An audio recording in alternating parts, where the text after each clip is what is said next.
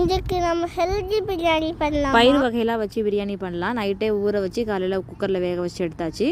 ஒரு பெரிய பாட்டில் கொஞ்சமாக எண்ணெய் விட்டு பட்டை, கிராம்பு, ஏலக்காய், சோம்புலாம் போட்டுட்டு நம்ம வந்து வெங்காயம் போட்டு இது வதக்கியாச்சு. வெங்காயம் போட்டு வதங்கினதுக்கப்புறம் வந்து பச்சை மிளகா, ஒரு 2-3 பச்சை மிளகா, புதினா மல்லி போட்டு நல்லா வதக்கிக்கோங்க. நல்லா வதங்கினதுக்கப்புறம் ஒரு 3 ஸ்பூன் இல்லாட்டி 2 ஸ்பூன் இஞ்சி பூண்டு பேஸ்ட்டு போட்டு நல்லா வதக்கிக்கோங்க. இஞ்சி பூண்டு பேஸ்ட் நல்லா வதங்கினதுக்கப்புறம் நம்ம வந்து ஒரு தக்காளி சேர்த்துக்கலாம்.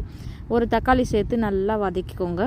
தக்காளி வதங்கினதுக்கப்புறம் 1 spoon Kashmiri chilli powder, 1/2 spoon வந்து கரம் மசாலா, 1 ஸ்பூன் தயிர் போட்டு நல்லா வதக்கிக்கோங்க. அவ்வளோதான்.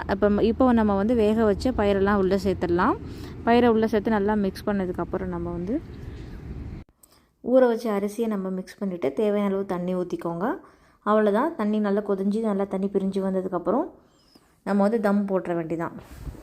தம் போட்டுட்டு அப்புறமா எடுத்து பார்த்து மேலே 1 ஸ்பூன் நல்லா நெய் விட்டுக்கோங்க. நல்லா நெய் விட்டுட்டு மிக்ஸ் பண்ணி பார்த்திங்கன்னா சூப்பரான பிரியாணி ரெடி ஆகிடும். ட்ரை பண்ணி பாருங்கள். தேங்க்யூ.